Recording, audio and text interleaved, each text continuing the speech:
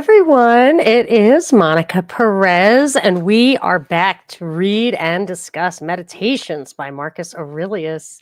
I love this one. There's lots to talk about, lots to think about. It's super slim, and I think it's great for the holidays as we reflect on, I don't know, good behavior and where it comes from and why we should engage in it.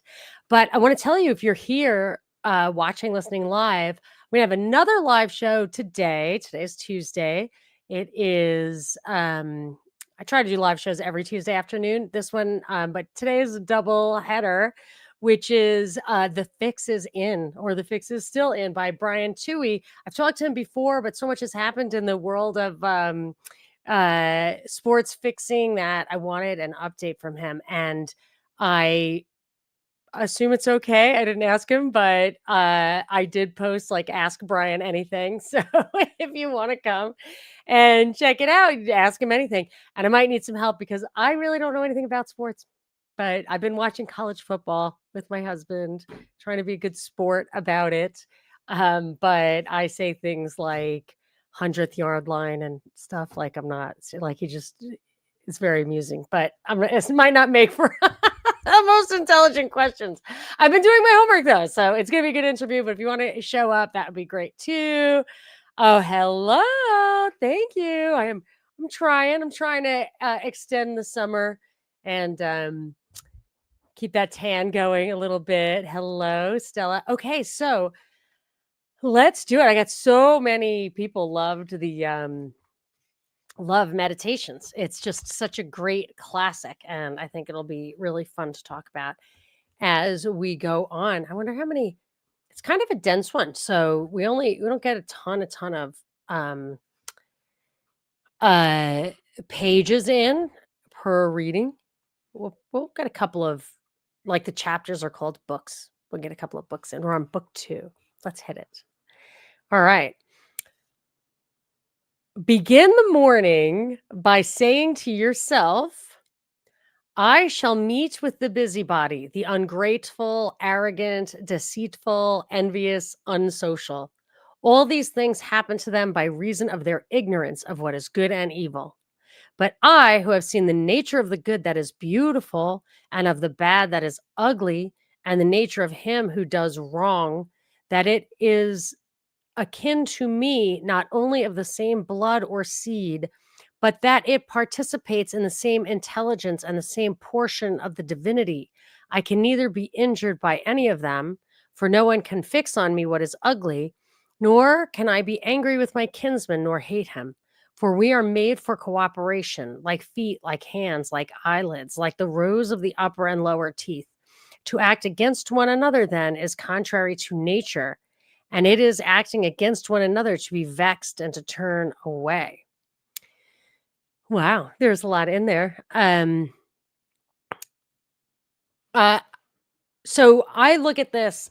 I mean, I think he was heavily influenced by Christianity. It's claimed that he was Stoic and actually like a religion, Stoicism. But obviously, there's a ton of overlap. And, this paragraph is interesting for 2 reasons. First of all, my mother would say, start your day by offering the day to God. Say to God, I'm going to offer this day to you. And she also tried to see Jesus in everyone. So she was super nice to like the most annoying people, to the point I'm like, you're just encouraging that person to come back around. But she wouldn't say anything bad. So she had that. But when I see this kind of thing, it makes me wonder, is he saying that we don't really have control of our behavior? Because once you go down that road, you don't have control of your behavior, so you can't be held accountable. You can't be expected to change. And I think that that's like the balance that maybe the most challenging balance, to love one another, to see Jesus in one another, but not, as my mother would say, you don't have to be treated like a doormat. I mean, you don't have to do that. You don't even really have to be friendly. You have to be kind, but you don't have to be nice. I'm like, okay. Words to live by. But and then he's also talking about, we all work together.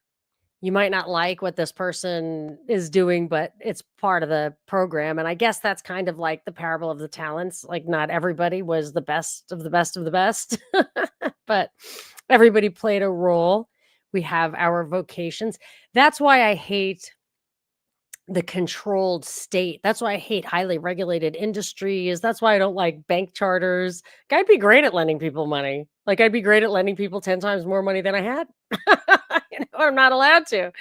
So, but I mean, you get put, like, my sister was a great school teacher, and between the schools and the unions, I think it just that wasn't what that was.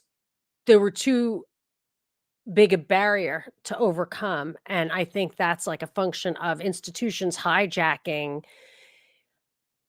professions, vocations. The institution is a political thing, and it becomes political, and then, not like national politics, but like it is inherently political. And politics, isn't that the thing? There's like two kinds of value added or wealth creation. um the economic means where you actually add value, and the political means where you steal the value others are adding. That's what I don't like about it, because I think we do have our talents, and kids who have ADHD, not good in the classroom, were probably badasses out there on the trail. So there should be a little more flexibility, I would think. I hope. um Stella's not washing anyone's feet. You might you might if the right messiah came along. Okay, number 2. Whatever this is that I am, it is a little flesh and breath, and the ruling part. Throw away your books. No longer distract yourself. All right. Those are fighting words. No longer distract yourself. It is not allowed. But as if you were now dying, despise the flesh. It is blood and bones and a network, a contexture of nerves, veins, and arteries. See the breath also, what kind of a thing it is, air, and not always the same, but every moment sent out and again sucked in. The third, then, is the ruling part. Consider thus: you are an old man. No longer let this be a slave. No longer be pulled by the strings like a puppet to unsocial movements. No longer be either dissatisfied with your present lot or shrink from the future. All that is from the gods is full of providence, capital P. Even that which is from chance is not separated from nature or without an interweaving and involution with the things that are ordered by providence. From thence all things flow, and there is also necessity, and that which is for the advantage of the whole universe, of which you are a part. But what the nature of the whole brings is good for every part of nature and serves to maintain it. Now the universe is preserved, as by the changes of the elements, so by the changes of things compounded of the elements. Let these principles be enough for you. Let them always be fixed opinions. But cast away the thirst after books, that you might not die grumbling, but cheerfully, truly, and from your heart thankful to the gods. He said it like 2 or 3 times. I think he really means it. And I have literally, I think, like 2,000 books. I don't think I can. Maybe I could stop buying them. But it's actually interesting, because it will make you crazy to always try to find the deeper truth. And my producer said that, like, there's somewhere in the Bible. I'm not great at the Bible. I'm reading it now, but where it says, like, it's not for us to know everything. And you can't give it up to the evil forces. You have to be aware. You have to prepare. You have to protect yourself. You have to make sure you're on the right path. But yeah, I mean, I'm not going to get through them all. I'm not going to figure it all out. I'm not going to synthesize all that information. And the books that have the answers are probably not even on that shelf. So, all right. Remember how long you have been putting off these things, and how often you have received an opportunity from the gods, and yet you do not use it. You must now at last perceive of what universe you are a part, and from what administrator of the universe your existence flows, and that a limit of time is fixed for you, which if you do not use for clearing away the clouds from your mind, it will go, and you will go, and it will never return. Every moment think steadily as a Roman and a man to do what you have in hand with perfect and simple dignity. I love dignity. And feeling of affection and freedom and justice, and to give yourself relief from all other thoughts. I love dignity, I gotta say. I really admire it. That's why I like my son who has Down syndrome. He has a lot of dignity. I'm like, wow, that's pretty good. Uh, Affection, freedom, and justice. You will give yourself relief if you do every act of your life as if it were the last, laying aside all carelessness, passionate aversion from the commands of reason, hypocrisy, self love, and discontent with the portion that has been given to you. You see how few the things are, which, if possessed by a man, enable him to live a life that flows in quiet and is like the existence of the gods. For the gods, on their part, will require nothing more from him who observes these things. I mean, that's the thing with yoga and Christianity. A lot of the principles are the same.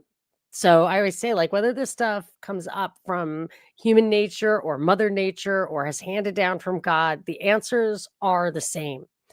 Uh, and being a like thieving, cheating liar, I don't know, man. I don't think that satisfies the soul. And if there is an afterlife, it's not going to satisfy that either. Okay. I don't think, unless you think like you can die. And the devil's there to like, oh my gosh, we're having a huge party, but you stiffs are going to burn in fire. Like, oh. All right, wrong yourself, my soul, but you will not much longer have the chance to honor yourself. Every man's life is sufficient, but yours is nearly finished, and still your soul reveres not itself, but seeks your well being in the souls of others. Do the external things that fall upon you, distract you? Give yourself time to learn something new and good, and cease to be whirled around. But then you must also avoid being carried about the other way. For those too are triflers who have wearied themselves in life by their activity and yet have no object to which to direct every moment and every thought. Failure to observe what is in the mind of another has seldom made a man unhappy. So you're happy if you fail to observe what's in the mind of the other? But those who do not observe the movements of their own minds must of necessity be unhappy. This you must always bear in mind. What is the nature of the whole? And what is my nature? And how this is related to that? And what kind of a part it is of what kind of a whole? And that there is no one who hinders you from always doing and saying the things that conform to the nature of which you are a part. And that's a very hopeful thought, because we sit there and we look at the world falling apart and we are frustrated. And I do not like the influence like TikTok has on my kids. It just makes me, it's enough to make you crazy. The things that you are not in control of could actually make you crazy, but you're in total control of the only thing you need to be in control of. Okay. He goes on. Theophrastus, in his comparison of bad acts, such as a comparison as one would make in accordance with the common notions of mankind, says, like a true philosopher, that offenses committed through desire are more blamable than those committed through anger. And that's actually true in law. A crime of passion is not as punishable as something premeditated. For he who is excited by anger seems to turn away from reason with a certain pain and unconscious contraction. But he who offends through desire, being overpowered by pleasure, seems more intemperate and more womanish in his offenses. Rightly then, and in a way worthy of philosophy, he said that the offense committed with pleasure is more blamable than that committed with pain. And on the whole, the one is more like a person who has been first wronged and through pain is compelled to be angry. But the other is moved by his own impulse to do wrong, being carried toward doing something by desire. So I know some people who get pleasure out of causing pain. And I just don't understand it. But you know what? Like, I don't have that. Is that a gene? Like, is that something that must be a terrible burden. Um, so I don't get it. But yes, you would have to punish those people because they are in control of it, and behavior is the bottom line, what counts in society. As far as your right to control someone else's behavior, it's really just they need to control themselves so they don't hurt others. Since it is possible that you might depart from life this very moment, regulate every act and thought accordingly. But to go away from among men, if there are gods, is not a thing to be afraid of, for the gods will not involve you in evil. But if indeed they do not exist, or if they have no concern about human affairs, why would I wish to live in a universe devoid of gods or devoid of providence? But in truth, they do exist, and they do care for human things, and they have put all the means in man's power to enable him not to fall into real evils. And as to the rest, if there were anything evil, they would have provided that it should be altogether in a man's power not to fall into it.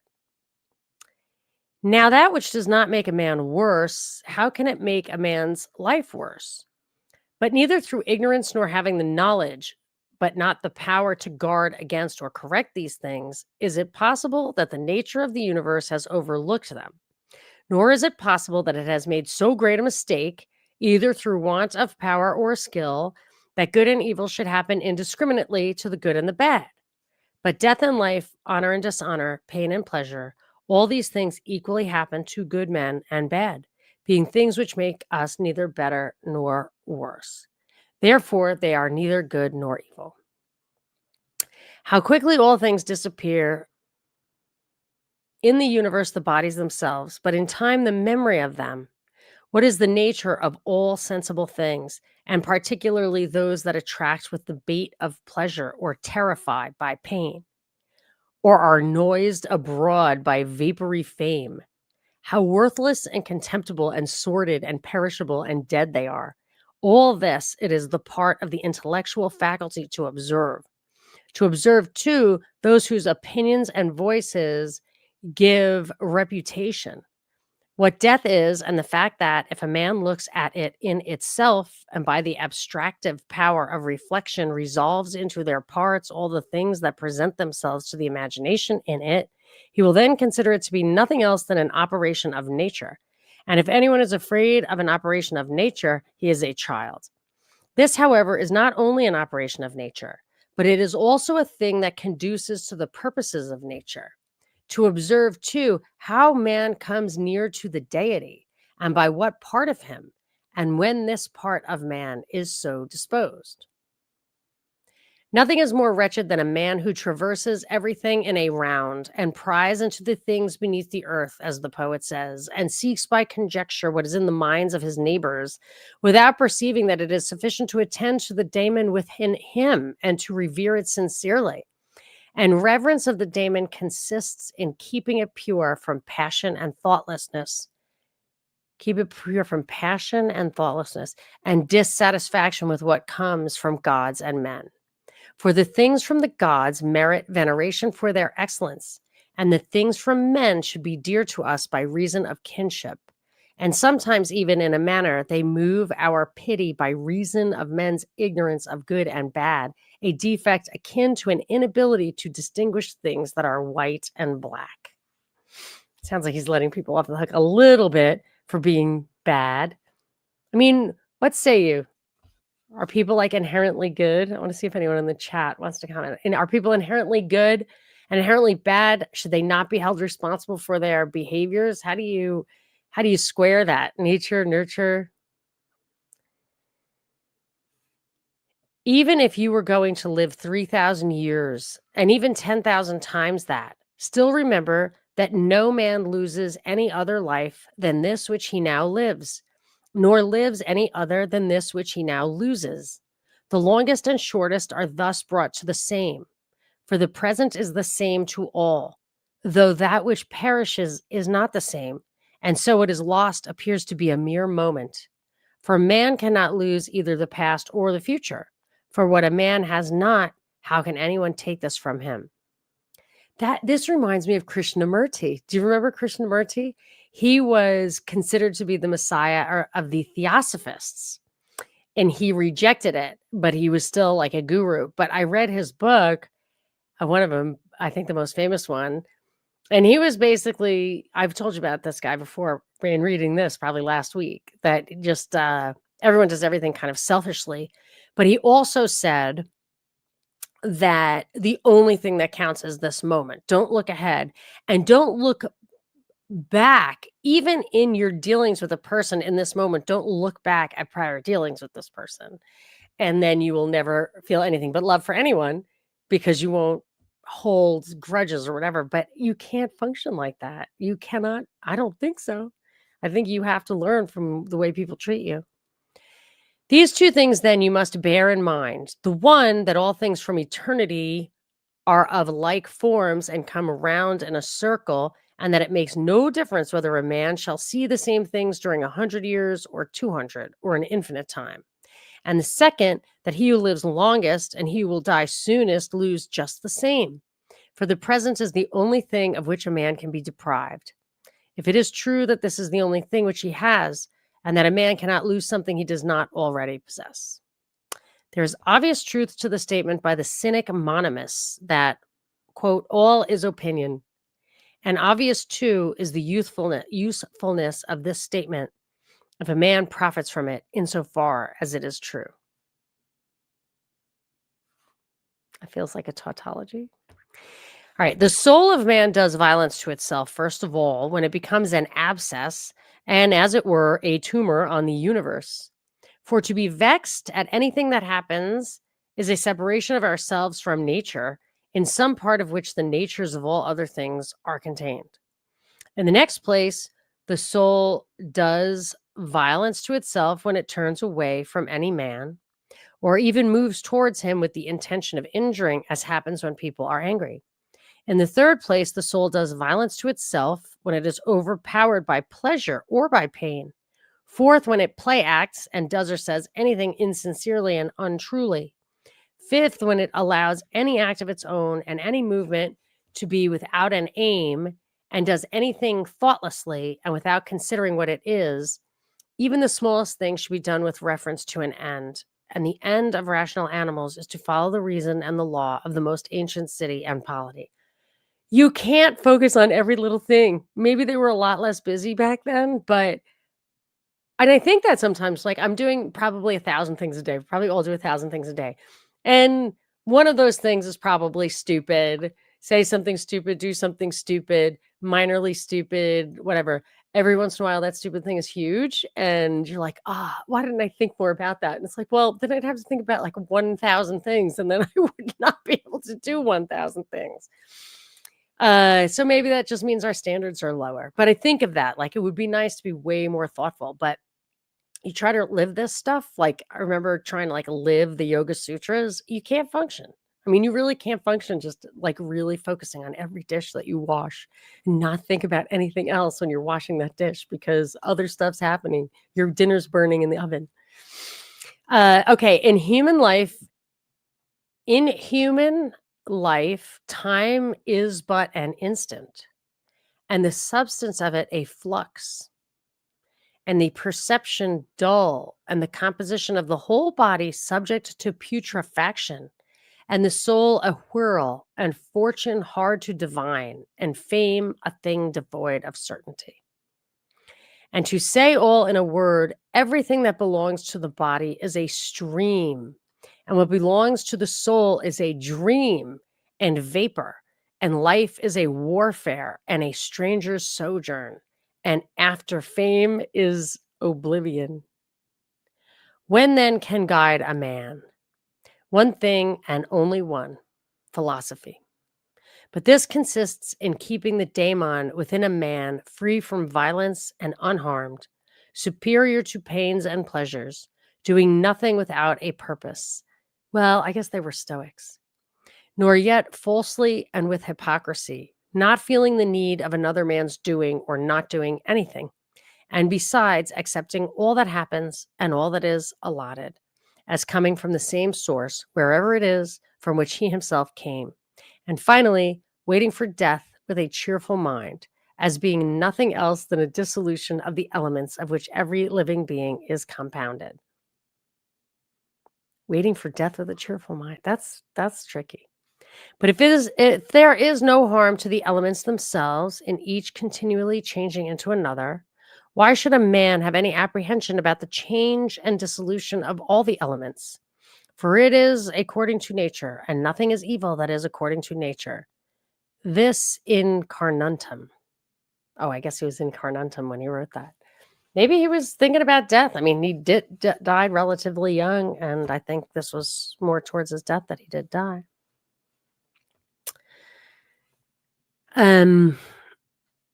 Book 3. We ought to consider not only that our life is daily wasting away and a smaller part of it is left, sun in the sun. You're running your run to catch up with the sun, but it's sinking. But also that if a man should live longer, it is quite uncertain whether the understanding will still continue sufficient for the comprehension of things and retain the power of contemplation that strives to acquire the knowledge of the divine and the human. For if he shall begin to fall into dotage, perspiration and nutrition and imagination and appetite and whatever else there is of the kind will not fail. But the power of making use of ourselves and filling up the measure of our duty and clearly separating all appearances and considering whether a man should now depart from life and whatever else of the kind absolutely requires a disciplined reason. All this is already extinguished. We must make haste then, not only because we are daily nearer to death, but also because the conception of things and the understanding of them cease first. I have to check on my son. Stand by. Sorry, sweetie. Keep forgetting about this. Okay.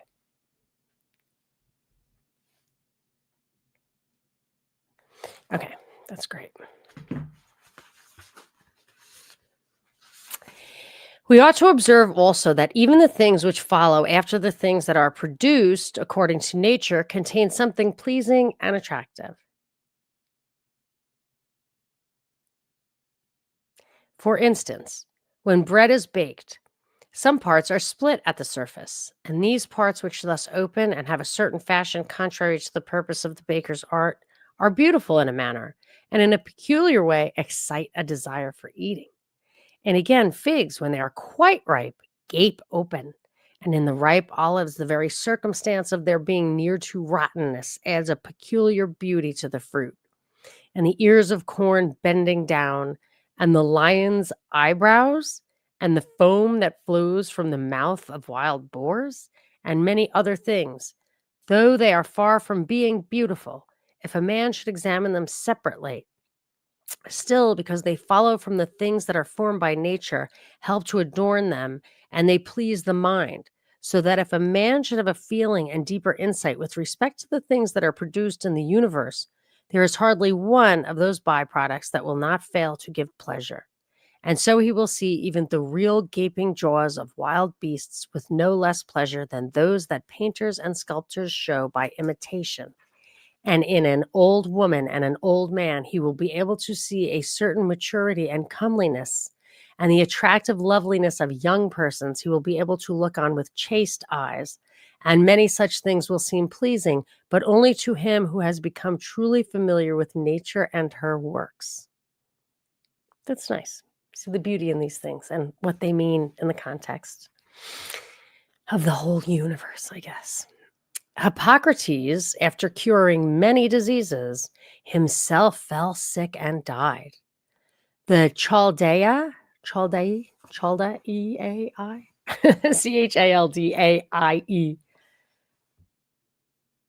Chaldai, foretold the deaths of many, and then fate caught them, too. Alexander and Pompeius and Gaius Caesar, after so often completely destroying whole cities and in battle cutting to pieces many 10,000s of cavalry and infantry, themselves too at last departed from life. Heraclitus, after so many speculations on the conflagration of the universe, was filled with water and died smeared all over with cow dung. And lice destroyed Democritus, and other lice killed Socrates. Lice killed Socrates? Is hemlock a form of lice? What does all this mean? You have embarked, made the voyage, and come to shore. Get out. If indeed to another life, there is no want of gods, not even there. But if to a state without sensation, you will cease to be held by pains and pleasures, and to be a slave to the vessel which is as much inferior as that which serves it is superior. For the one is intelligence and deity, the other is earth and corruption. Isn't that kind of like what Socrates said? Didn't he say, like, I've never had a day as good as a good night's sleep, so fuck it. Basically, sorry. You know what? I think people do sometimes have their teens or whatever listen, and I got a note like that recently, and I thought, I should restrain myself when it comes to vulgarity. Okay. Do not waste the remainder of your life in thoughts about others when you do not refer your thoughts to some object of common utility, for you lose the opportunity of doing something else when you have such thoughts as these. What is such a person doing, and why, and what is he saying, and what is he thinking of, and what is he contriving, and whatever else of the kind makes us wander away from the observation of our own ruling power?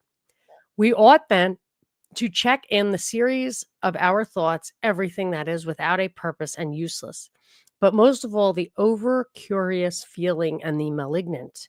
And a man should use himself to think of those things only about which, if one should suddenly ask, "What are you thinking about?"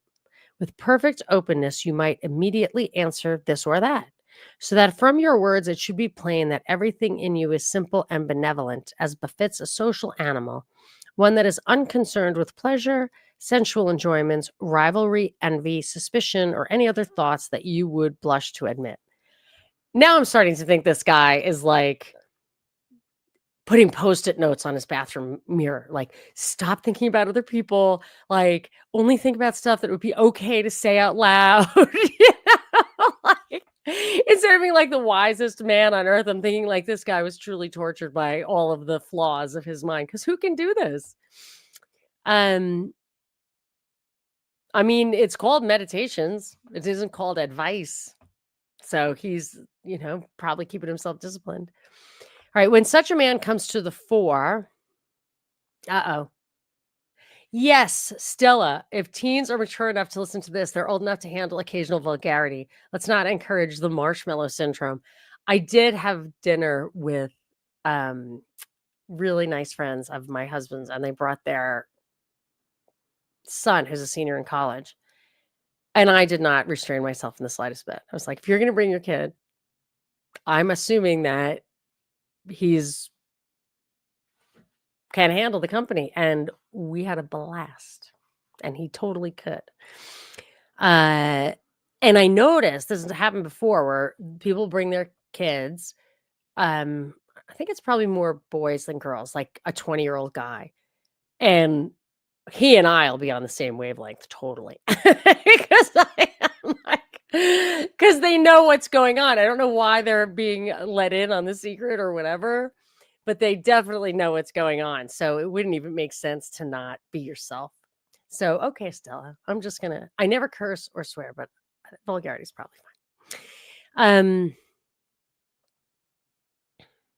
When such a man comes to the fore, he is like a priest and minister of the gods, guided by the deity within, that makes the man uncontaminated by pleasure, unharmed by any pain, untouched by any insult, feeling no wrong, a fighter in the noblest fight, one who cannot be overpowered by any passion, dyed deep with justice, accepting with all his soul everything that happens and is assigned to him as his portion, and only with great necessity, and for the general interest, imagining what another says or does or thinks. For his activity concentrates on his own lot, and he constantly thinks of that portion of things that has been allotted to him. And he makes his own acts fair, and he's persuaded that his own portion is good. For the lot that is assigned to each man is carried along with him and carries him along with it. And he remembers also that every rational animal is his kinsman, and that to care for all men is according to man's nature, and a man should value the opinion only of those who openly live according to nature. But as to those who do not, he always bears in mind what kind of men they are, both at home and from home, both by night and by day, and what they are, and with what men they live an impure life.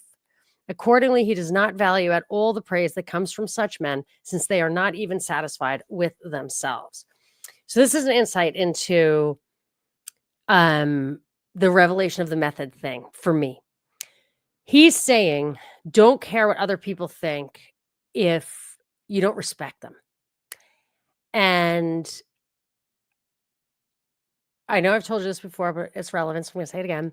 I was in school with somebody, graduate school, who said he went to one of these schools, John Taylor high schools. John Taylor Gatto talks about, like, where they really educate the rulers and not the followers, us.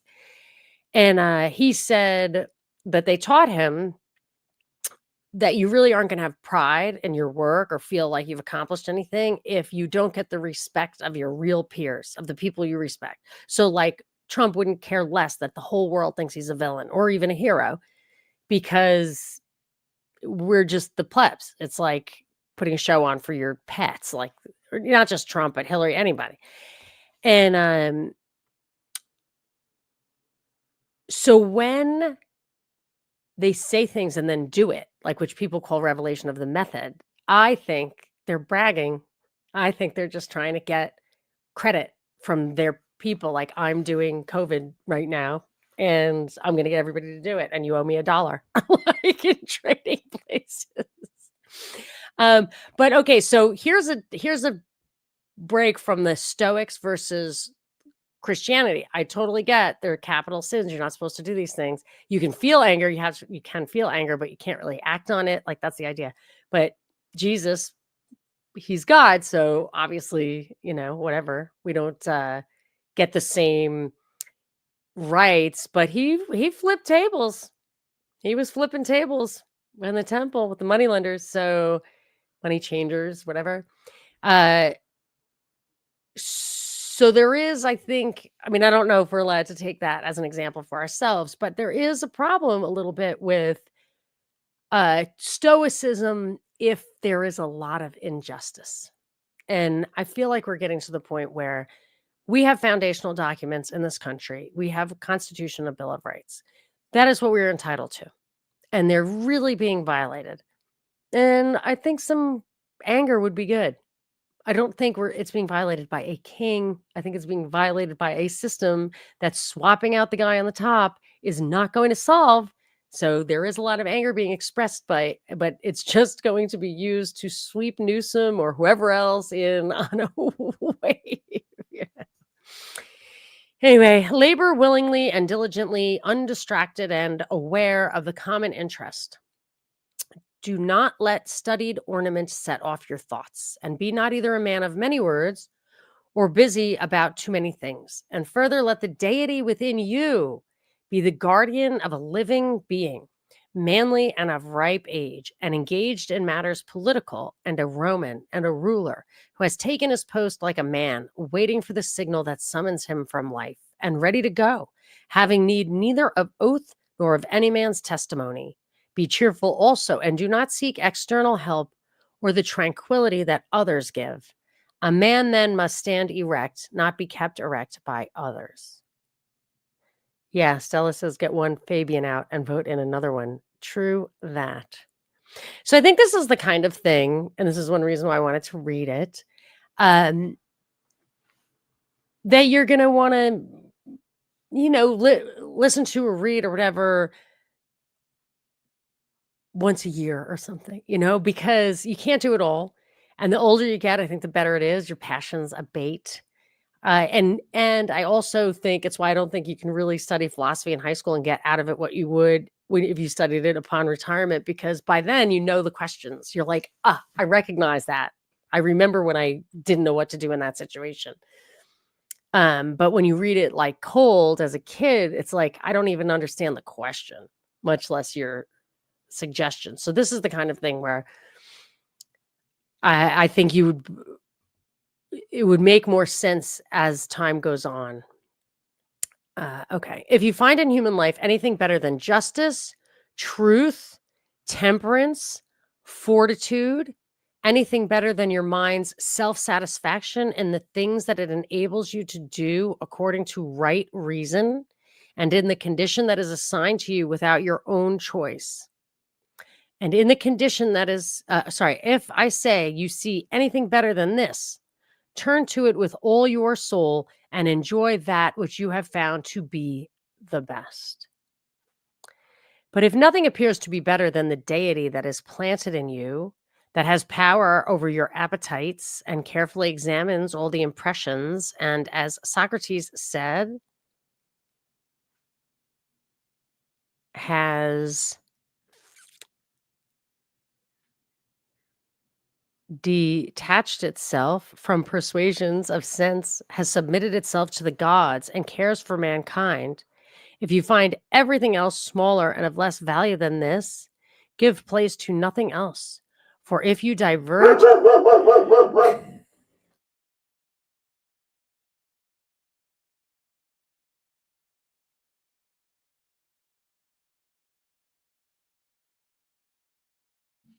sorry, that's obviously my son came home.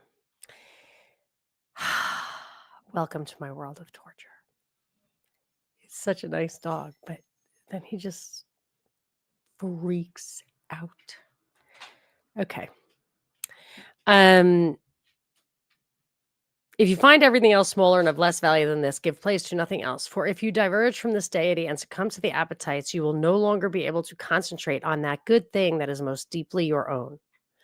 For it is not right that anything of any other kind, such as praise from the many, or power, or enjoyment of pleasure, should come into competition with that which is rationally and politically or practically good. Although these distractions may seem to adapt themselves to the better things in a small degree, they, in fact, sorry. The peanut gallery is making me laugh. Stella says the dog needs to be more stoic. Frightening me is shouting out Arturo and saying he's a good guard dog. He is, and I will tell you this. A lot of strangers walking around in front of my house night and day with all the workers and the builders, and there's a porta potty in my front lawn because you're required to have one when you're doing work on the property, but the workers think that it's public. So the trucks will just stop in front of my house and come use the porta potty. But the dog goes freaking bananas every single time. Amazon drivers, everything. There is absolutely no chance somebody's going home telling his thug buddy, "I'll go to that house. That's a good house to rob." No, not happening. So he's a good boy. He's what I wanted. Um, but I will probably live less long. Yes, he is a good boy. Let's see what my other good boy is up to. Hold on.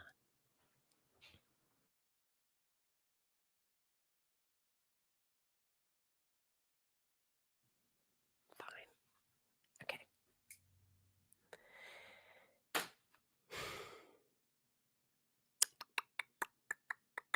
It is not right, most of the blah. It is not right that anything or any other kind, I probably read this already, such as praise from the many or power, enjoyment of pleasure, should come into competition with that which is rationally, politically, or practically good. Yes, I said that. Although these distractions may seem to adapt themselves to the better things in a small degree, they in fact subjugate reason all at once and carry us away. Simply and freely choose the better and hold to it. The better is that which is useful to you as a rational being. But if something is only useful to you as an animal, say so and maintain your judgment without arrogance. Only take care that you make the inquiry by a sure method. All right, he's really hitting a nerve with me because I like my wine. I actually blame my husband for that. I used to like my cocktails, and he talked me into liking wine. And boy, you can drink so much more wine than you can drink cocktails. Man. So anyway, but I guess that's an animal pleasure. Are we supposed to not do that? See, the Stoics go too far.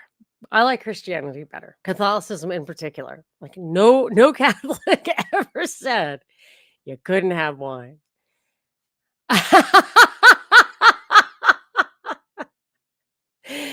Gerald is shouting at me. I know we've done this before. It's really hard. He was an opium addict. So it's okay that I'm drinking wine.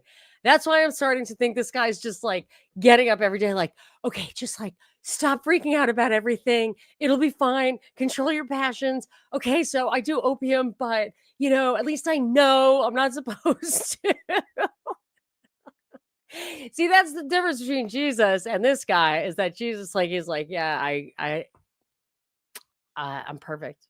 But he had human emotions. That's why it was so important. Like he had really felt like borderline despair. I know it couldn't be actual despair on the cross, like why have you forsaken me, or flipping tables and that kind of thing.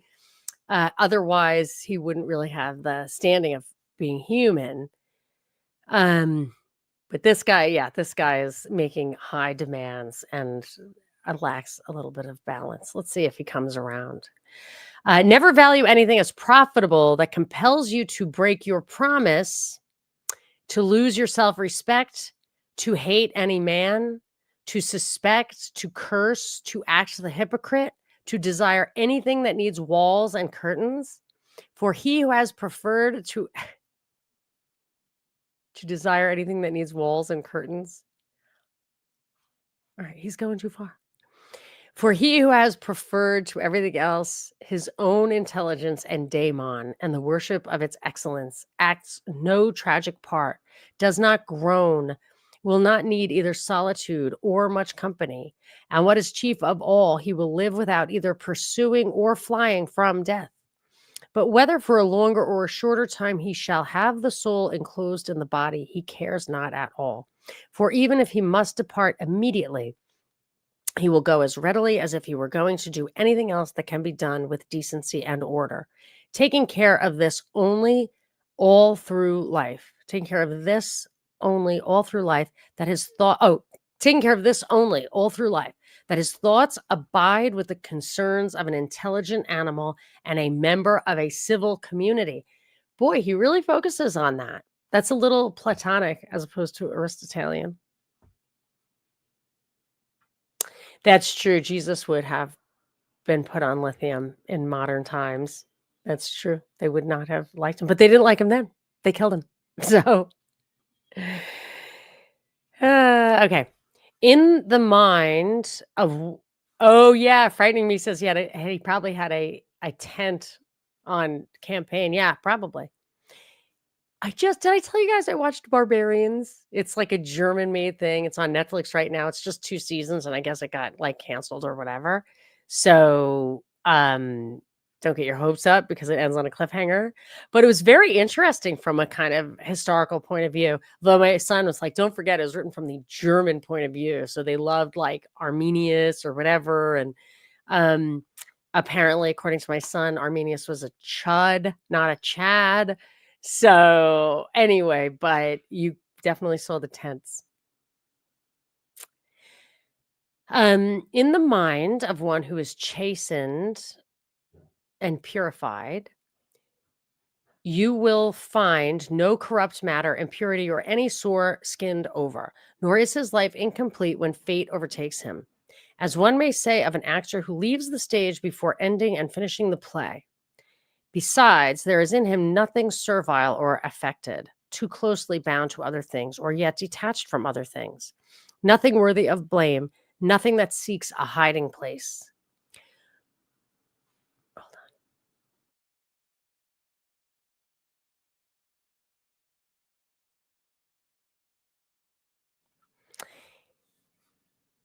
Revere the faculty that produces opinion.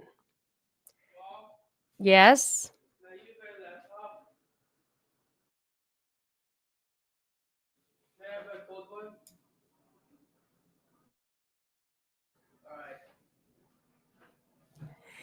Revere the faculty that produces opinion. This faculty determines whether there shall exist in your ruling part any opinion inconsistent with nature and the constitution of the rational animal. And this faculty promises freedom from hasty judgment, friendship toward men, and obedience to the gods. Casting aside other things, hold to the precious few. And besides, bear in mind that every man lives only the present, which is an indivisible point, and that all the rest of his life is either past or is uncertain. Brief is man's life, and small the nook of the earth where he lives. Brief, too, is the longest posthumous fame.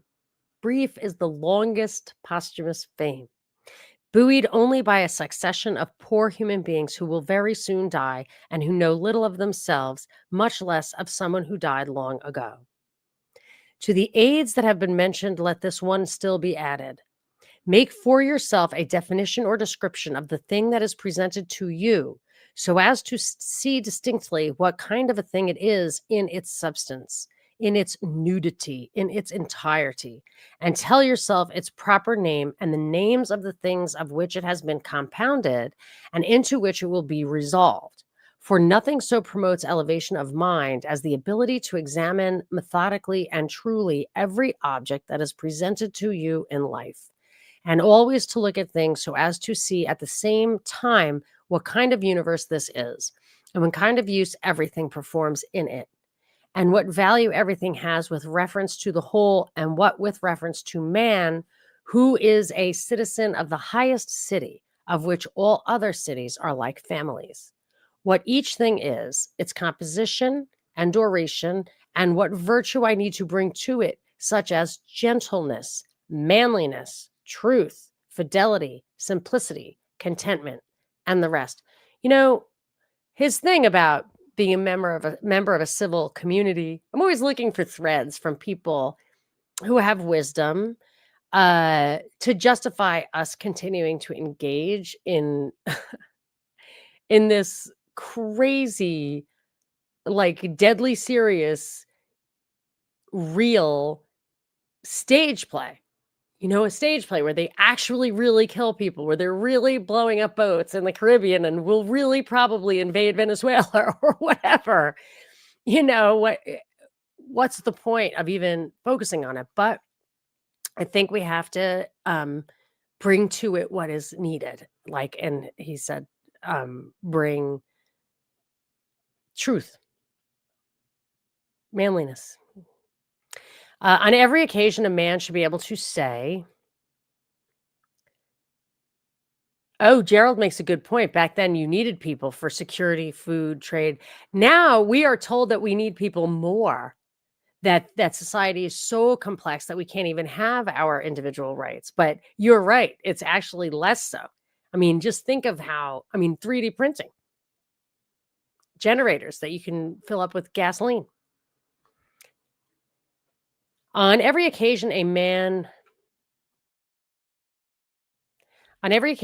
should be able to say, this comes from God, and this is according to the apportionment and spinning of the thread of destiny, coincidence or chance. And this is from someone of the same stock, a kinsman and partner, but one who is ignorant of what is really in accordance with his nature. But I know for this reason I behave towards him according to the natural law of fellowship, with benevolence and justice. At the same time, however, in things neither good nor bad, I attempt to ascertain the value of each. If you apply yourself to the task before you, following right reason seriously, vigorously, calmly, without allowing anything else to distract you, but keeping your divine part pure as if you might be bound to give it back immediately, if you hold to this, expecting nothing, fearing nothing, but satisfied with your present activities according to nature and with heroic truth in every word and sound which you utter, you will live happily. And there is no man who's able to prevent this. As physicians have always their instruments and knives ready for cases that suddenly require their skill, so do you have principles ready for the understanding of things divine and human, and for doing everything, even the smallest, with a recollection of the bond that unites the divine and human to each other. For neither can you do anything well that pertains to man without at the same time having a reference to things divine, nor the contrary. No longer wander at hazard, for neither will you read your own memoirs, nor the acts of the ancient Romans and Hellenes, and the selections from books you were reserving for your old age. Hasten then to your appointed end, and throwing away idle hopes, come to your own aid, if you care at all for yourself, while it is in your power. They know not how many things are signified by the words stealing, sowing, buying, keeping quiet, seeing what ought to be done. For this is not affected by the eyes, but by another kind of vision. Wonder if you meant, no, stealing? Body, soul, intelligence. To the body belong sensations, to the soul, appetites, to the intelligence, principles. To receive the impressions of forms by means of appearances belongs even to animals. To be pulled by the strings of desire belongs to wild beasts, effeminate men, a Phalaris or a Nero. And the intelligence that guides one to the things that appear suitable belongs also to those who do not believe in the gods, who betray their country and do their impure deeds when they have shut the doors. If then everything else is common to all that I have mentioned, there remains that which is peculiar to the good man, to be pleased and content with what happens, and with the thread that is spun for him, and not to defile the divinity that is planted in his breast, nor disturb it by a crowd of images, but to preserve it tranquilly, following it obediently as a god, neither saying anything contrary to the truth, nor doing anything contrary to justice. And if all men refuse to believe that he lives a simple, modest, and contented life, he is neither angry with any of them, nor does he deviate from the way that leads to the end of life, to which a man ought to come pure, tranquil, ready to depart, and without any compulsion, perfectly reconciled to his lot. And nice. Neoplatonism, right? Gerald emphasizes not to defile the divinity which lives in his breast. Amen to that. Thank you all for listening and coming. If you want some more live stuff, join me in 1 hour as I talk to Brian Toohey about fixed sports, and we can continue the chat there. But this has been so fun. Thank you so much for sharing this with me. I think it's kind of crazy that we read books together, but it's so much more fun, and I remember it and I don't fall asleep. So I love you guys. Thank you for coming. This is Monica Perez.